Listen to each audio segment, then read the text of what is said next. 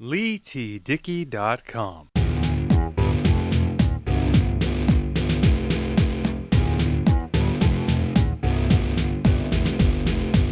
Well, hello everybody. Welcome back to Pinfall, a pro wrestling podcast where we cover match reviews, watch-alongs, segments, news, and everything that surrounds and is within this world of professional wrestling, this wonderful world of professional wrestling deep inside the 20 by 20 squared circle. I am your host, Leigh Dickey, and before we get into today's episode, I just want to let you know that Pinfall, a pro wrestling podcast, is available on all your favorite podcast apps and your players of choice, and my official website, LeighTDickey.com. Now that housekeeping's out of the way, let's get into what we're covering here today. On today's episode, I am going to cover the last of the WCW-centric matches on WWE TV. This is just after the WWE bought WCW in 2001, and today is the last match of the WCW trying to stand on its own 2 feet as its own separate brand under the WWE banner before the invasion angle was greenlit and took off, and we all know what happened there. Perhaps I will cover matches and segments and that as a whole in another episode, but today we have DDP versus Booker T for the WCW World Heavyweight Championship from the July 5th, 2001 edition of Smackdown. So without further ado, let's just get right into it. Here we go. So here we see Diamond Dallas Page coming to the ring with Scott Hudson and Arn Anderson once again on commentary at the announce booth. And this is right after DDP debuted as the stalker to Undertaker's then wife, Sarah, and they went through the King of the Ring, basically a squash program between the Undertaker and DDP and his then wife. I don't know, they could have done so much more with him, although I did like his run here in the WWE. At least he got a European title run, although I did buy him more as a face.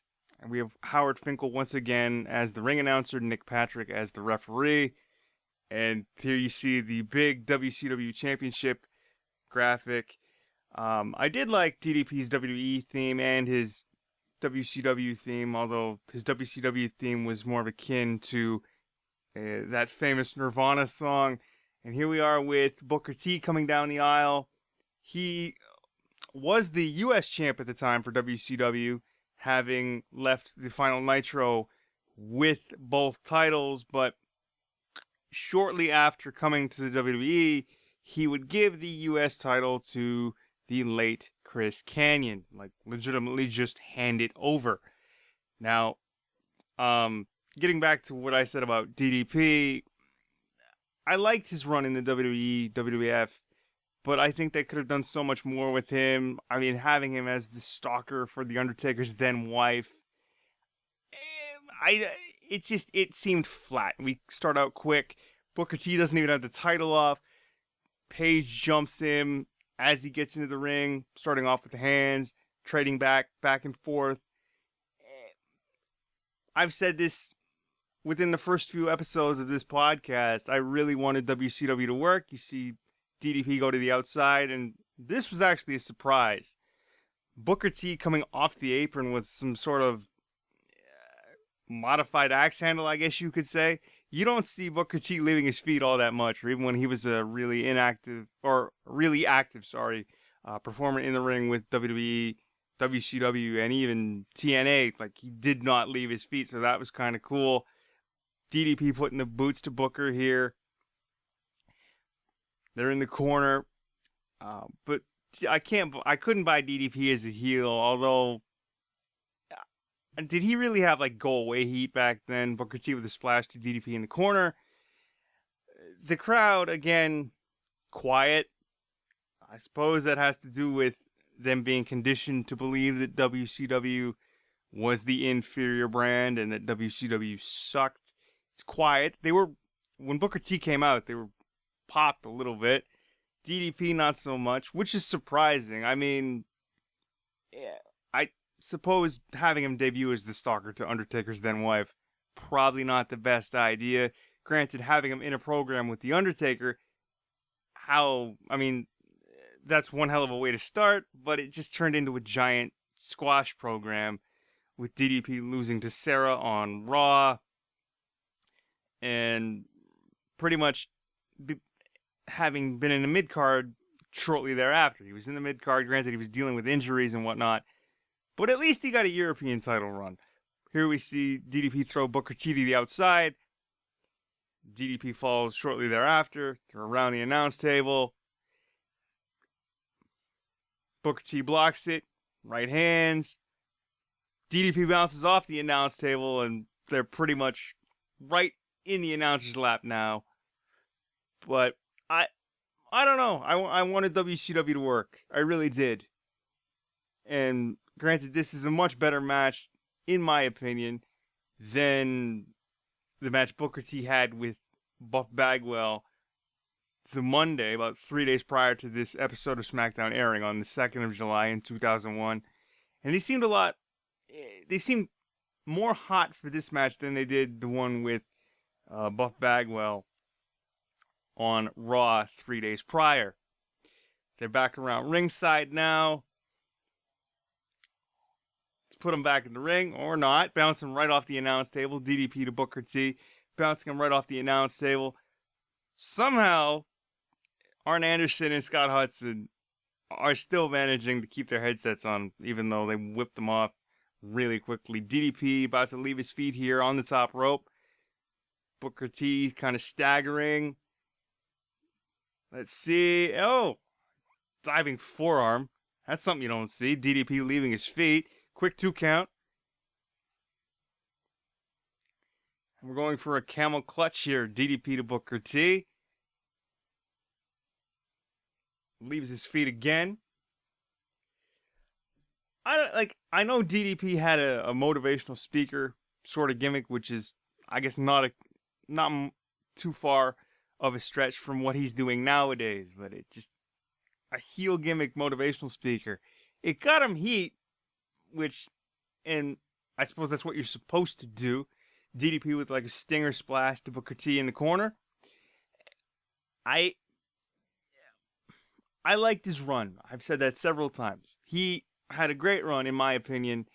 Well, okay, maybe not the best of runs when it comes to the WWE when they bought out WCW, but he had a run. He had a good run, I thought. Here we go. DDP looks like a powerbomb. He's got him up. Sit out powerbomb. DDP to Booker T. 1, 2. Booker T kicks out.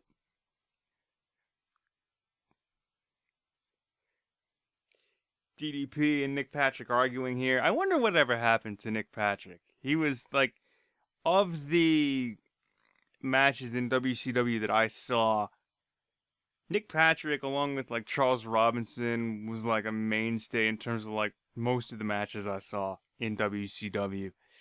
Because my memories of WCW aren't that, like, they're not as well ingrained in me as my memories of the WWE are, WWF. They're trading back and forth. Here we go. Booker T's getting the upper hand. Clothesline from Booker T to DDP. Basically turns DDP inside out. Second one. Irish whip off the ropes. DDP reverses it. Booker comes back with a flying forearm. And, you know, really wanted WCW to work. I know I've said that several times. Booker T here going for the axe kick. Hits it. Go for the cover. Or the spinneroonie. We get a spinneroonie out of that. I know that was the hot thing. Seems like a standing sidekick, which was one of Booker T's signature moves, I suppose. DDP drives Booker T into the apron. And into the steps now. I haven't seen this match since it aired about 18 years ago now. But, I mean, it's funny to think that these matches are basically adults now. They're old enough to be adults. We see DDP here with a steel chair. Nick Patrick trying to take it away from him. DDP shoves Nick Patrick. Picks up Booker T. DDT on the steel chair. Nick Patrick's not calling for the bell. I'm surprised. I mean, you could have just called for disqualification. But nothing. DDP goes for cover. 1, 2. Booker T gets his shoulder up. Like, you could have called for disqualification. He shoved, like, DDP shoves Nick Patrick. Nick Patrick does nothing. I don't know. What do you do? And here we see The Undertaker in full biker gimmick. 1, 2.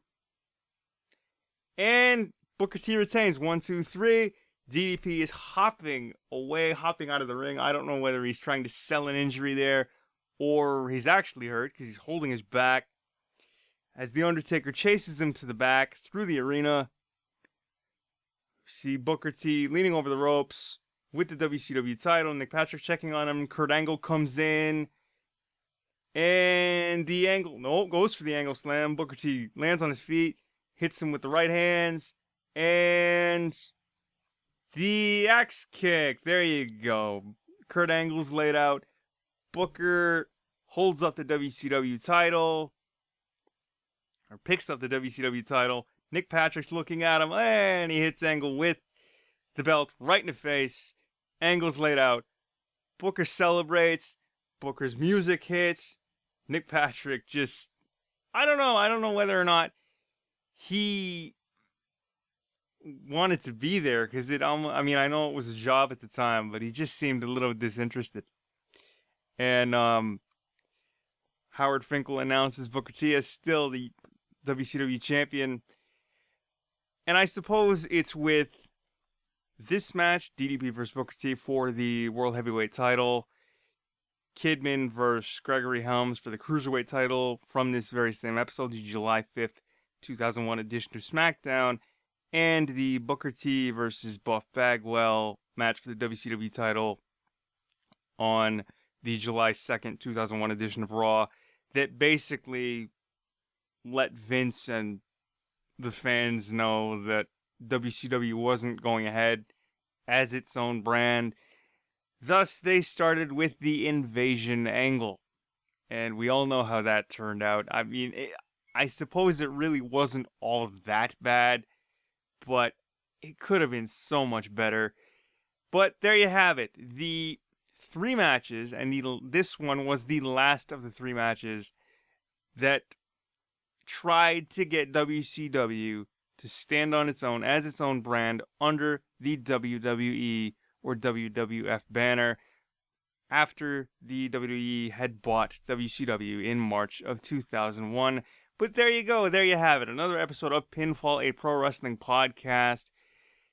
In the books, you can find Pinfall, a pro wrestling podcast on my official website, LeighTDickey.com, and on your podcast app of choice, wherever you get your podcasts and your podcast player of choice. So comment, like, share, and subscribe. And of course, as always, I've been Leigh Dickey. This has been another episode of Pinfall, a pro wrestling podcast, and we will see you and talk to you all later.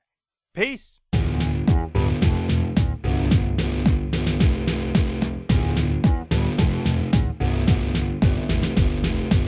LeighTDickey.com